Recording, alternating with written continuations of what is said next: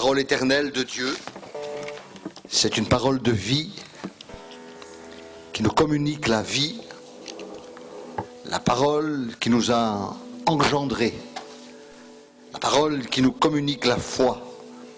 Et ce matin, si nous en manquons, eh bien la parole veut renouveler cette foi dans nos cœurs. J'aimerais lire dans le livre de Josué, chapitre 1er. Nous lirons quelques versets à partir du verset 5.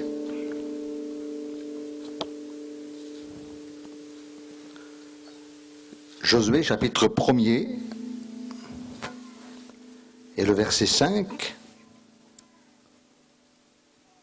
Il est important d'écouter la lecture, de suivre la lecture.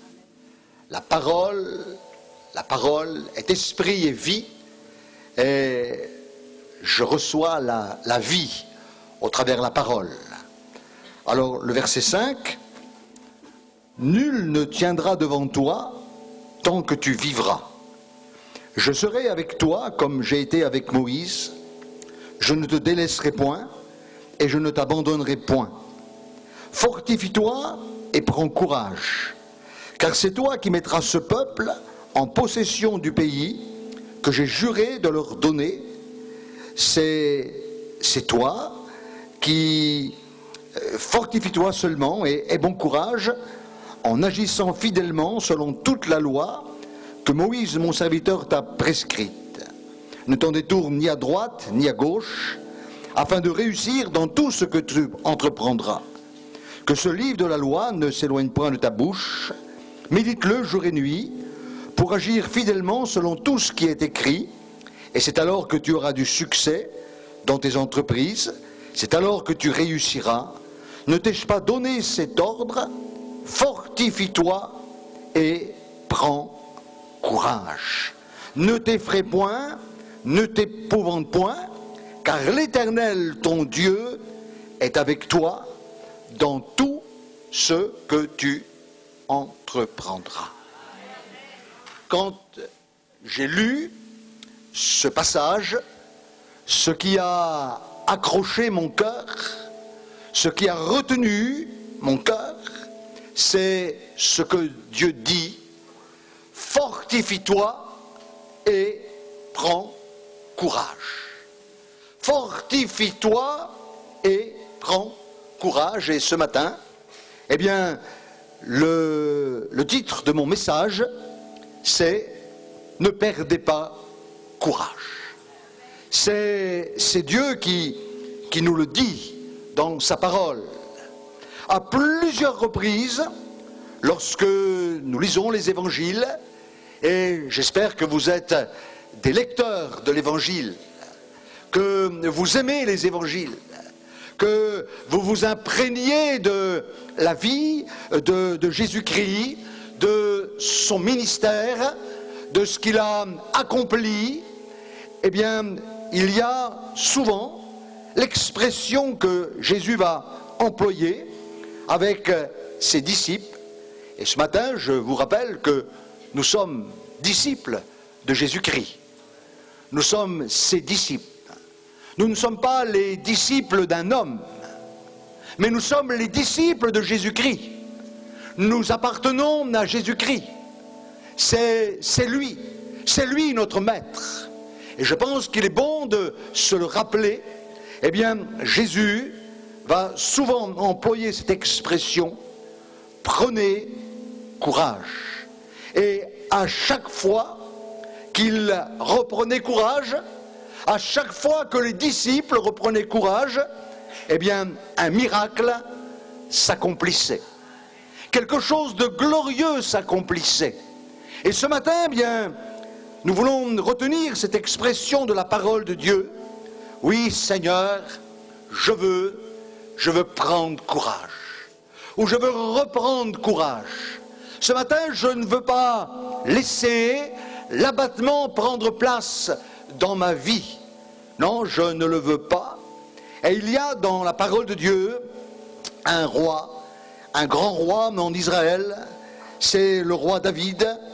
Le roi David a mené des batailles. Le roi David a mené des combats. Il a mené de grands combats. Et le roi David, eh bien, avec ses imperfections, puisqu'il n'était qu'un homme, le roi David n'était pas Dieu, mais un homme de Dieu. Un homme selon le cœur de Dieu. Et la Bible ne va pas cacher ses imperfections. Eh bien, cet homme qui a mené ces combats savait une chose. Il le savait, que si le peuple qu'il conduisait perdait courage, eh bien, la défaite devenait inévitable. La défaite devenait inévitable, et c'est pour cela que David, eh bien, constamment exhortait ses soldats. Il les exhortait afin de les motiver dans le courage. De les motiver dans le courage. Il y a concernant le roi David, eh bien, un passage que j'aime beaucoup méditer. C'est un moment de sa vie. David est complètement découragé. La Bible dit que David pleure, et il pleure jusqu'à ce qu'il n'ait plus la force de pleurer. Vous trouvez cela dans le livre de Samuel, et à ce moment-là, eh bien, il nous est dit que David va reprendre courage en s'appuyant sur l'Éternel, son Dieu. Il va reprendre courage. Il nous montre le chemin. Il reprend courage.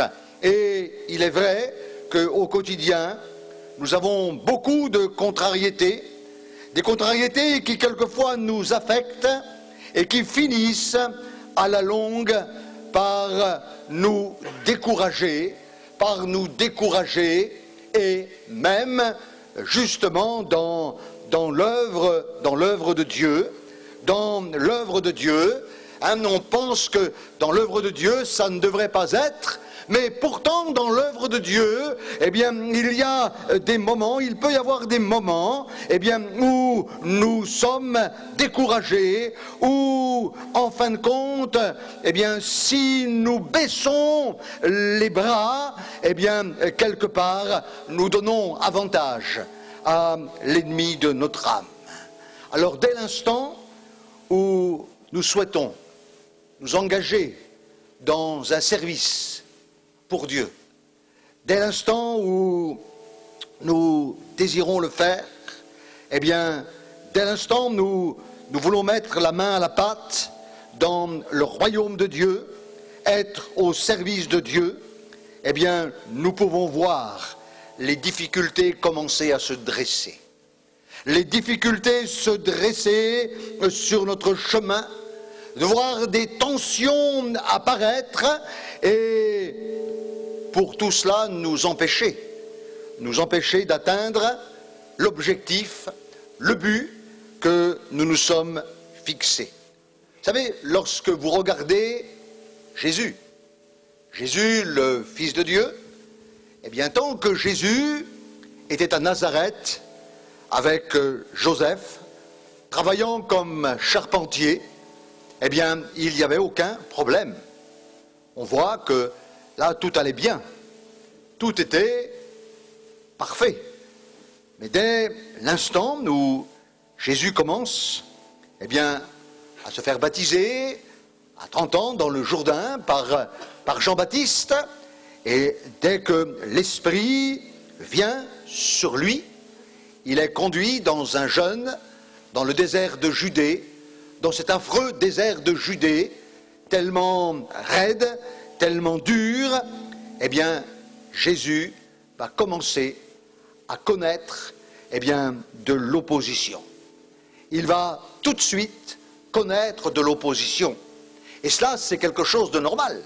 Puisque si le maître est passé par là, eh bien, qui sommes-nous, nous, pour être supérieurs au maître?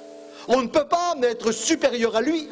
Si Jésus est passé par là, eh bien, immanquablement, nous devons passer par là. Et nous passons par là. La Bible dit, et c'est Jésus qui le dit, le disciple n'est pas plus grand que son maître, mais tout disciple accompli sera comme son maître.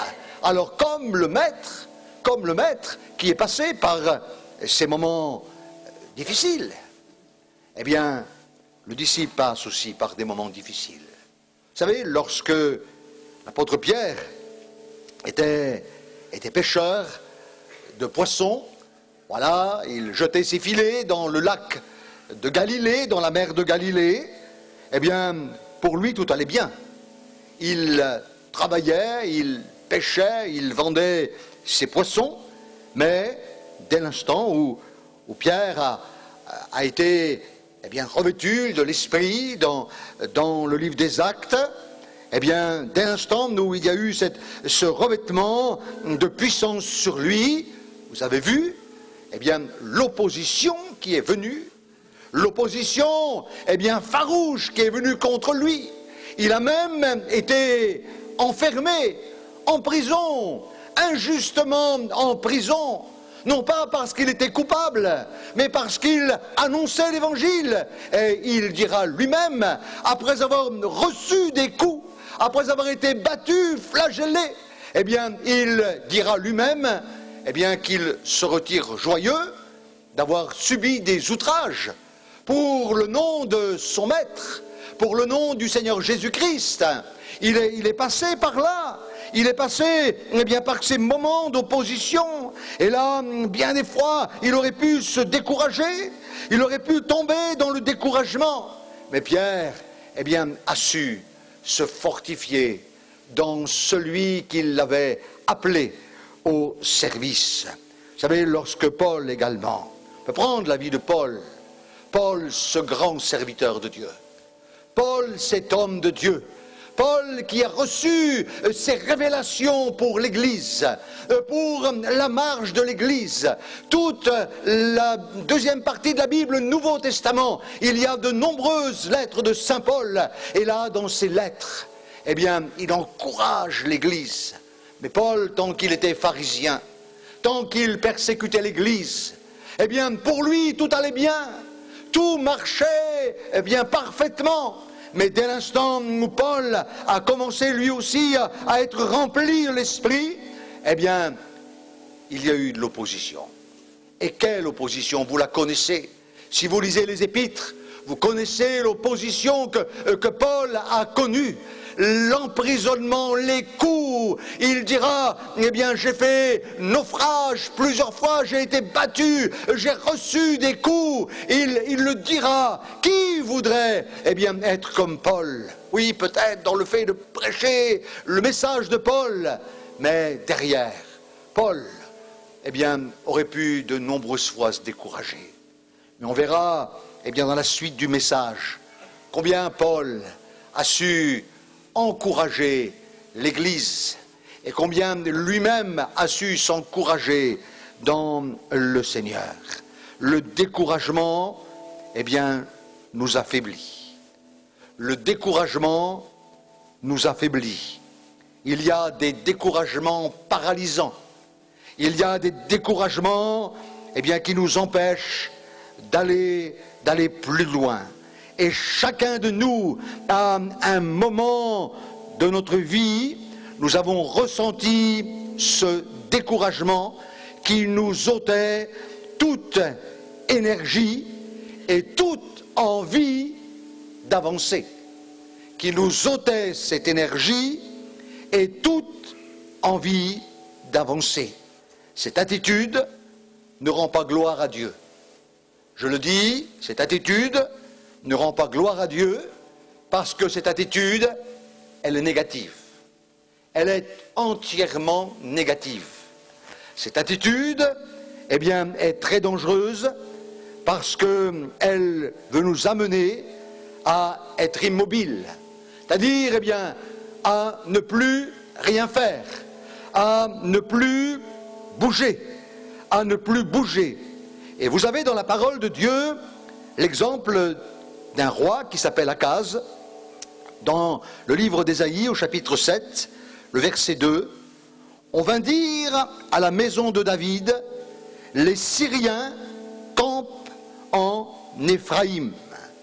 Et à ce moment-là, le cœur d'Akaz, le roi de Juda et de son peuple, fut agité comme les arbres de la forêt sont agités par le vent. Juste au moment où il reçoit cette nouvelle. Akaz, le roi Akaz, reçoit cette nouvelle. Au moment où il reçoit cette nouvelle, quelque chose va se passer. Son cœur est agité.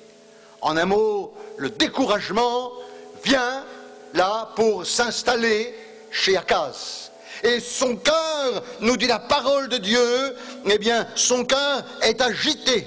Et si le cœur du roi est agité, obligatoirement le cœur du peuple de Dieu est agité.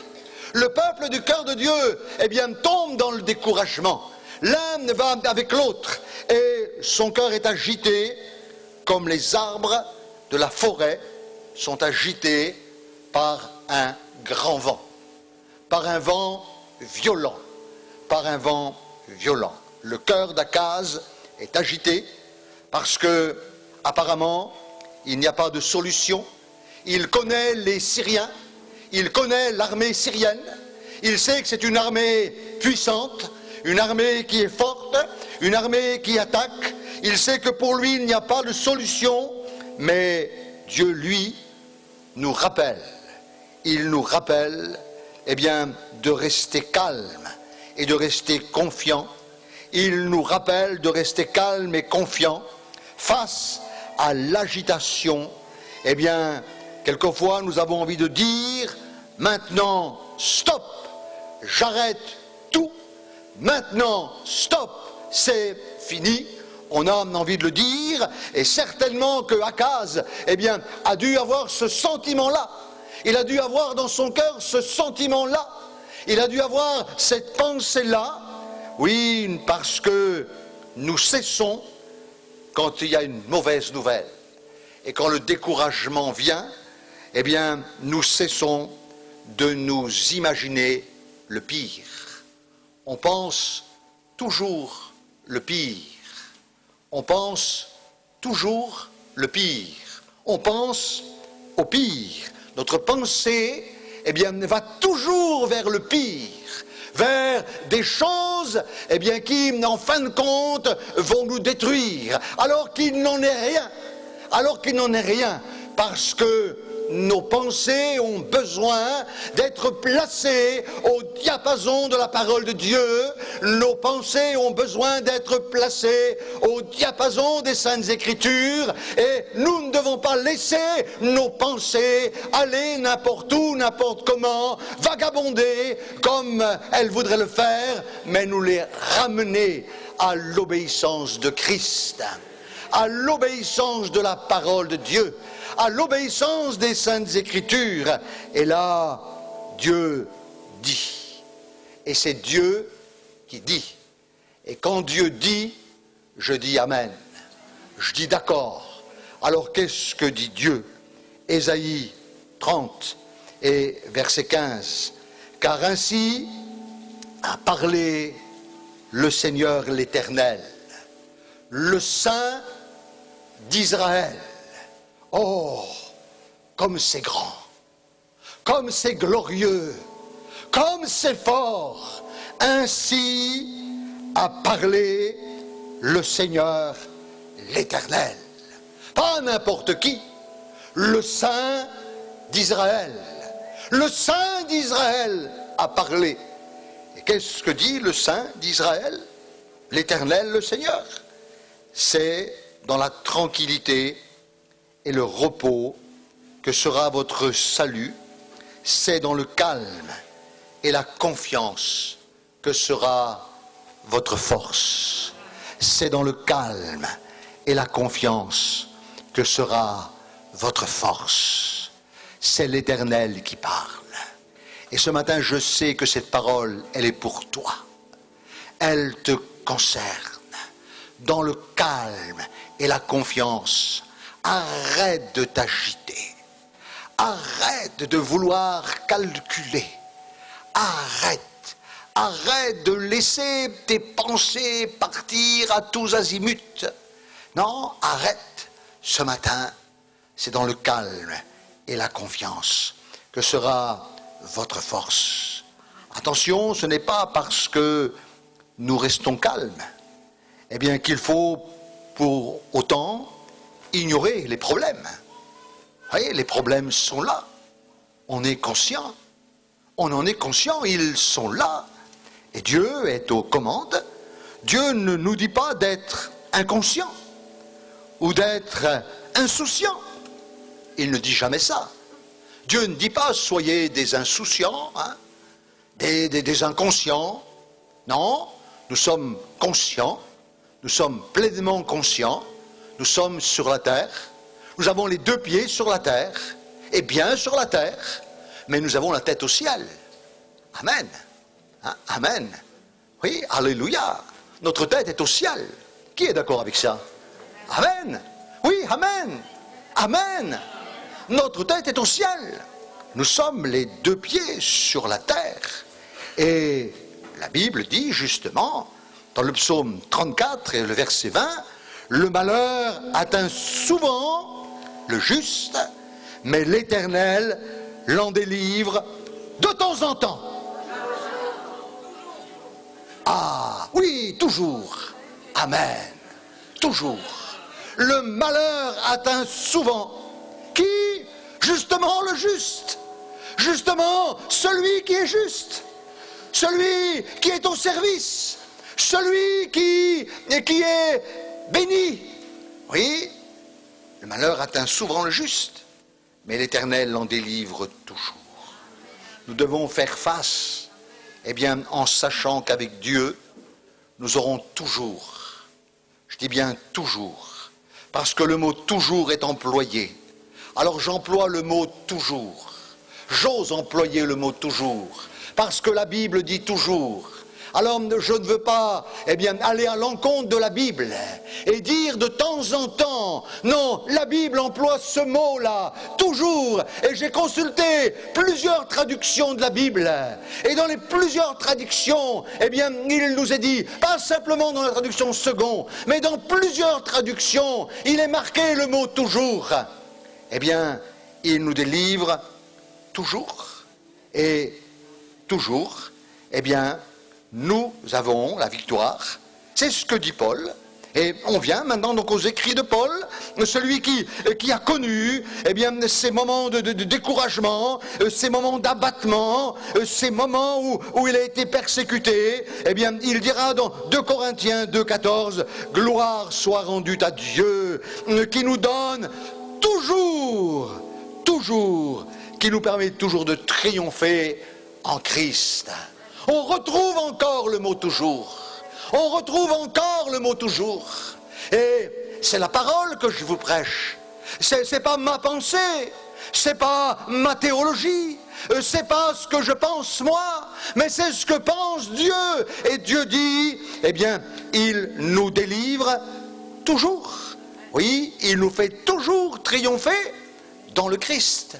Pourquoi? Parce que dans le Christ, eh bien, il y a tout pleinement, c'est Paul qui le dira. Il y a tout pleinement dans le Christ. Le Christ est largement suffisant. Il m'est largement suffisant. Je n'ai pas besoin d'autre que le Christ. Le Christ a payé le prix. On l'a si bien chanté tout à l'heure. On l'a si bien exprimé par le chant. Oh, que j'aime ce dernier chant chanté là. Ah, il y a une onction dessus. Oh, gloire au nom de notre Seigneur, à celui qui a triomphé, à celui qui a été placé dans le tombeau, à celui qui est mort sur la croix et qui a versé jusqu'à la dernière goutte. Oui, il a fait une alliance de sang avec nous. Une alliance de sang. Une alliance de sang par le sang de Christ versé sur le bois de la croix. Tant que eh bien, nous avons dans le cœur la conviction intérieure que nous sommes dans la volonté de Dieu, eh bien, la victoire nous appartient. Si je quitte la volonté de Dieu, si je passe à côté de la volonté de Dieu, si je suis en dehors de la volonté de Dieu, eh bien, je ne peux pas être sûr de la victoire. Je ne peux pas être certain. Mais dès l'instant où, dans mon cœur, dans mon être intérieur, j'ai cette conviction, cette certitude d'être dans sa volonté, eh bien, tout peut se déchaîner, tout peut bouger, tout peut souffler autour de moi. Je sais que je sais que je sais que je suis dans sa volonté et la victoire est à nous. Que dit Ésaïe au chapitre 54, verset 17 ? Toute arme forgée contre toi sera sans effet. Et toute langue qui s'élèvera en justice contre toi, tu la condamneras. Amen. Moi je crois cela. Moi je crois cela. Alléluia. Parce que nous sommes dans la volonté de Dieu. Parce que nous sommes dans la volonté pas permissive de Dieu. Vous savez, il y a la volonté parfaite de Dieu. Et puis la volonté permissive de Dieu. Quelquefois, on casse tellement la tête à Dieu. Dieu, je voudrais ça. Dieu, je voudrais ça. Non, tu sais bien que non. Si, je voudrais ça. Je voudrais, mais... Et puis on casse tellement. Dieu a dit, allez, je permets. La volonté permissive, il permet. Mais ce n'est pas la volonté parfaite. On risque d'avoir des ennuis, là. Au bout d'un temps, on risque d'avoir des ennuis. Et puis de graves ennuis, même, quelquefois. Puis il y a la volonté parfaite de Dieu. La volonté parfaite, celle-là, elle est bonne. Et si je suis sûr d'être dans la volonté parfaite de Dieu, alors toute arme forgée contre moi n'aura, eh bien, aucun effet. Et toute langue qui s'élèvera, eh bien, en justice contre toi, eh bien, tu la condamneras. Alors, pourquoi s'inquiéter? Pourquoi être dans le trouble? Pourquoi, eh bien, râler? Pourquoi essayer de passer mais de repasser? C'est Dieu qui est le maître. C'est Dieu qui est le maître. Personne d'autre que lui. Et quand nous sommes dans sa volonté, la volonté parfaite, eh bien, on n'a rien à craindre, parce que toute arme forgée sera sans effet. Que le nom du Seigneur soit béni. Que le nom du Seigneur soit béni. Alors, reprenez courage. Reprends courage avec une foi qui doit être une foi déterminée. Notre foi doit être déterminée. Ésaïe, chapitre 7, le verset 9 dit, « Si vous ne croyez pas, vous ne subsisterez pas. » C'est clair. Et c'est répété à plusieurs fois dans le livre du prophète Ésaïe. Si vous ne croyez pas, vous ne subsisterez pas. La fermeté dans la foi, l'assurance dans la foi étant une ferme assurance des choses qu'on espère, une démonstration de celles qu'on ne voit pas. Et j'ai remarqué que souvent la foi est attaquée. Souvent la foi est attaquée. Vous savez, même Jésus l'a dit à Pierre, Satan t'a réclamé, Simon, Simon, Satan t'a réclamé pour te cribler comme le froment. Mais j'ai prié pour toi afin que ta foi ne défaille pas. Ce que l'ennemi de notre âme redoute le plus, c'est notre foi. Il redoute ta foi. Et dès l'instant où tu défailles dans la foi, dès l'instant où tu perds la foi, enfin entre guillemets, parce qu'on ne perd jamais la foi, on ne la perd jamais, c'est une expression, une mauvaise expression que nous avons tendance à employer. J'ai perdu la foi, mais on ne perd pas la foi. Parce que la Bible dit que Dieu a départi en chacun une mesure de foi. Et en chacun, il y a une mesure de foi. Ne serait-ce qu'une petite foi, grosse comme un grain de sénévé. J'ai parlé mardi, j'ai prêché sur la foi, sur la puissance de la foi. Et la foi, elle est tellement puissante. La foi est importante. La foi, comme un grain de sénévé. Oui, comme un grain de moutarde. C'est petit, un grain de moutarde. Mais cette foi-là, eh bien, elle me permet d'avoir de l'assurance. La détermination sont les principes que nous devons avoir pour obtenir la victoire. Dieu nous rend capables de rester fermes. Oui, soyons fermes dans la foi en Dieu. Soyons fermes dans la foi en Dieu. Il faut rester ferme dans la foi en Dieu. Ma foi, elle n'est pas dans le pasteur. Parce que si vous avez la foi dans le pasteur, vous allez vite crouler, je vous assure. Hein? Ma foi, elle est en Dieu. Parce que le pasteur, il a la foi en Dieu. Si le pasteur perd la foi en Dieu, c'est catastrophique. Ah, c'est catastrophique. Mais la foi en Dieu. D'ailleurs, Jésus dit, dans l'évangile de Marc, chapitre 11, je crois, il dit, ayez foi en Dieu. Ayez foi en Dieu. Ayez la foi de Dieu. Ayez cette foi-là. Ayez cette foi-là. Et c'est Dieu qui nous rend capables. Parce que notre capacité, elle vient de Dieu. Elle vient de lui. C'est lui qui nous rend capables. C'est lui qui nous rend capables. Et beaucoup trop s'appuient sur leur propre force plutôt que sur Dieu. C'est un tort de s'appuyer sur ses propres forces plutôt que de s'appuyer sur Dieu. Il y a tellement d'exemples dans la parole de Dieu. Il y a tellement d'exemples qui nous montrent cela. S'appuyer sur ses propres forces. Et si je m'appuie sur mes propres forces, je m'épuise et je me décourage. Je m'épuise et je me décourage. Parce que la Bible dit, ce n'est pas par notre force, notre intelligence, mais c'est par le Saint-Esprit. C'est uniquement par le Saint-Esprit. La foi est concrète. La foi est pratique. Et quand vous avez envie de baisser les bras, quand vous avez envie de baisser les bras, votre foi prend le relais pour que vous gardiez les bras levés et que vous continuez à avancer. Quand votre foi, quand le découragement vient et quand on a envie de baisser les bras, la foi que j'ai en Dieu prend le relais. Ma foi prend le relais. Et quand ma foi prend le relais, je relève les bras.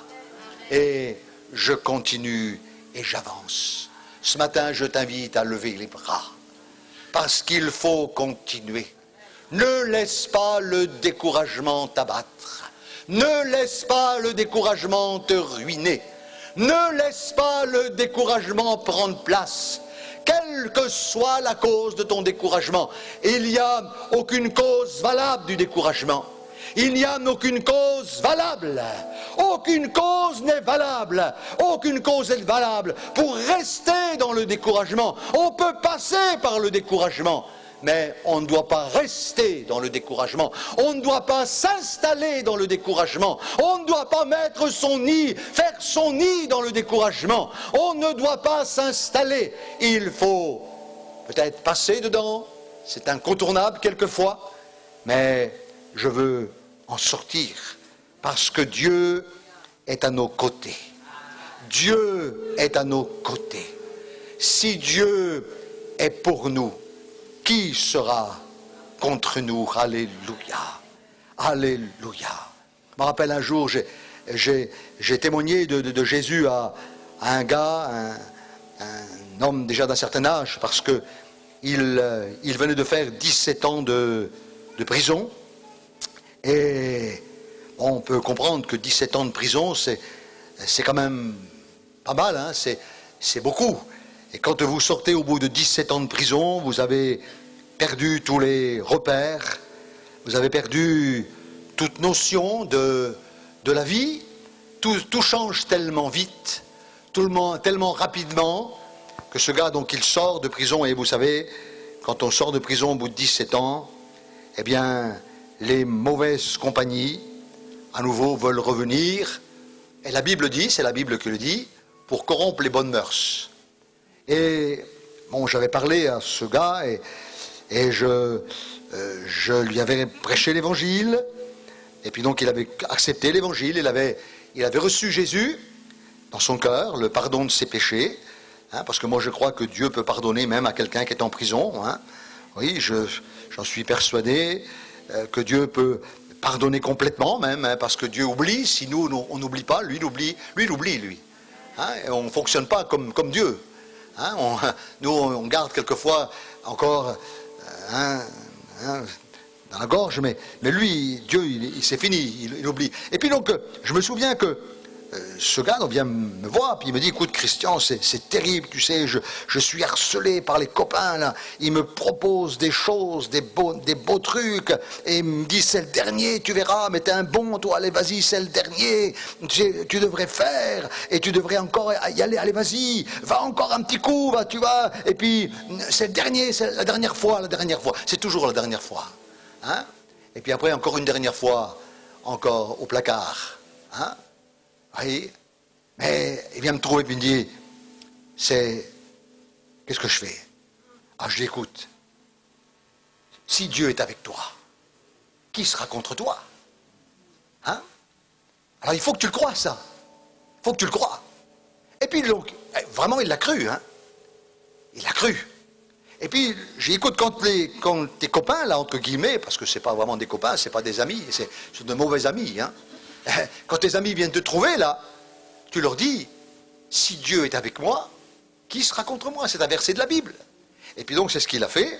Quand ils sont venus le trouver, on dit, si Dieu est avec moi, qui sera contre moi? Si Dieu est avec moi, qui sera contre moi? Partout où il allait, il disait, si Dieu est avec moi, qui sera contre moi? Et il a triomphé comme ça, il a gagné comme ça, il a remporté la victoire comme ça. Et ses copains, ils disent, mais il est complètement cinglé, lui. Il est complètement fou. Il a perdu complètement la raison. Et Dieu était vraiment avec lui, et elle s'en est vraiment sortie. Hein. Donc la preuve qu'on peut s'en sortir, hein. La preuve que c'est une possibilité de s'en sortir avec l'aide de Jésus. Avec l'aide de Jésus, on peut vraiment s'en sortir. Que le nom du Seigneur soit béni. Paul dit encore dans 2 Corinthiens 4, le verset 16, c'est pourquoi nous ne perdons pas courage. C'est pourquoi nous ne perdons pas courage. Amen. C'est pour ça que nous ne perdons pas courage. Voilà la puissance de Dieu qui nous renouvelle chaque jour dans notre être intérieur, dans notre esprit. Non, nous ne perdons pas courage. Et quand je suis fort intérieurement, quand je suis fort à l'intérieur de mon cœur, je suis fort. Et là, dès le réveil le matin, je veux alimenter ma foi par la proclamation. Jérémie l'a dit tout à l'heure en dirigeant la louange. Oui, il a dit, proclame les bontés de Dieu. Les bontés de l'Éternel ne sont pas épuisées, elles se renouvellent chaque matin. Oui, Dieu est avec moi aujourd'hui, Dieu est pour moi. Je ne permets pas au découragement de prendre place. Et si une pensée négative se présente, je veux la rejeter. Si, par exemple, eh bien, une souffrance, un mal, si la maladie veut me dominer, je veux croire les promesses de Dieu concernant la guérison de mon corps. Si la faiblesse vient me saisir, je proclame que Dieu est la force de ma vie, que je ne crains absolument rien. Non, je ne veux pas tomber dans l'apitoiement de soi-même. C'est terrible de tomber dans l'apitoiement. C'est terrible de tomber dans l'apitoiement. Et quelquefois, eh bien, on rentre dans cet apitoiement, on s'apitoie sur soi-même et on attend que les autres s'apitoient sur nous. Mais j'ai lu et relu les évangiles et j'ai vu que Jésus ne s'était jamais apitoyé sur personne. Mais Jésus était ému de compassion pour les hommes et les femmes qu'il rencontrait. Alors, j'ai besoin de l'intervention de Dieu. J'ai besoin de l'intervention de Dieu et c'est pourquoi, eh bien, je ne veux pas perdre courage. Et si j'ai perdu courage ce matin, je veux m'encourager, je veux me fortifier, je veux, eh bien, transformer les situations difficiles. Je veux les transformer. Je veux être cet homme de Dieu, cette femme de Dieu. Je veux être ce battant qui ne se laisse pas accaparer, accabler. Je veux m'attendre rendre à Dieu et je veux me conformer à la parole de Dieu. Je ne laisse pas le découragement prendre place, mais je m'attends, je reprends courage, je reprends confiance. Non, la maladie ne dominera pas, la maladie ne gagnera pas, la dépression ne gagnera pas. Non, elle ne gagnera pas parce que je vais triompher en Jésus. Non, je ne me laisse pas décourager par la montagne qui se dresse devant moi, mais je veux parler à la montagne. Et Jésus dit, montagne, ôte-toi de là et jette-toi dans la mer. Ôte-toi de là, va-t'en de là, circule, pars. Amen. C'est Jésus qui le dit. C'est pas moi, c'est Jésus. Ôte-toi de là. Et si un géant se dresse sur votre route, le géant du découragement, le géant du découragement, eh bien, comme David, terrassez le géant, terrassez-le. Moi, je vais contre toi au nom de l'Éternel des armées. Non, tu ne me terrasseras pas, mais c'est moi qui va te terrasser. Dans le nom de Jésus-Christ, nous voulons avancer sans nous détourner, sans laisser le découragement prendre place. Hébreux 12, verset 2 dit, en ayant les regards sur Jésus, le chef et le consommateur de ma foi. Le chef et le consommateur de ma foi. Et je reviens au texte d'introduction où Josué avait cette lourde tâche de conduire Israël, de conduire le peuple dans la terre promise, dans le pays de Canaan. Il avait cette lourde tâche.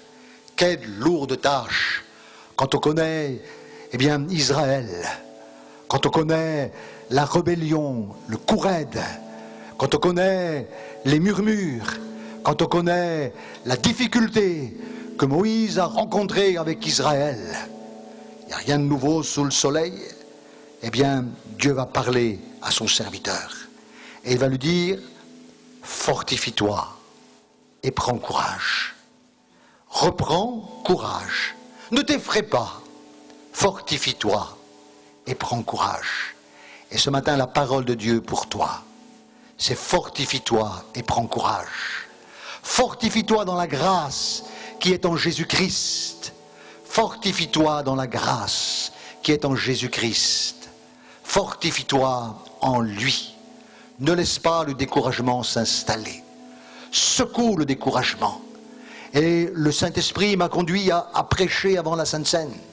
Parce que moi je crois dans la puissance qu'il y a dans la Sainte Seine. Je crois dans la puissance qu'il y a dans ce repas.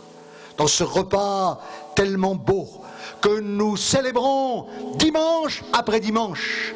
Mais j'en suis presque persuadé, je dis presque persuadé, pas à 100%, que quelquefois on oublie.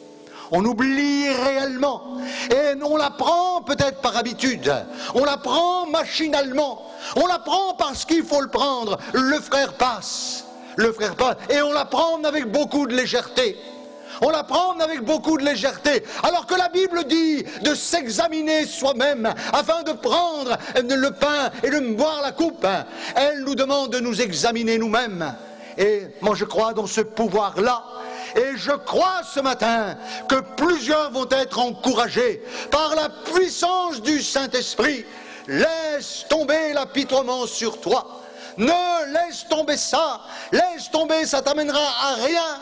Ça t'amènera strictement à rien. Mais ce matin, c'est la foi dans le sacrifice de Jésus-Christ qui peut changer ta vie et arracher le découragement. Même s'il a pris racine, comme un palmier. On dit que les racines du palmier sont aussi profondes que le sont son tronc. Je ne connais rien dans les palmiers, mais c'est ce que j'ai appris, c'est ce que j'ai lu. Hein? Si tes racines sont profondes, dans le découragement, moi je crois ce matin qu'il faut les arracher. Il faut les arracher. Arrache le découragement. Ne permets pas au découragement de continuer, mais avance dans la foi au Fils de Dieu qui s'est livré lui-même pour toi. Que le nom du Seigneur soit béni. Amen. Amen.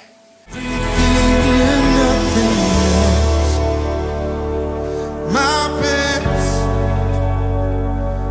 my heart, you deserve my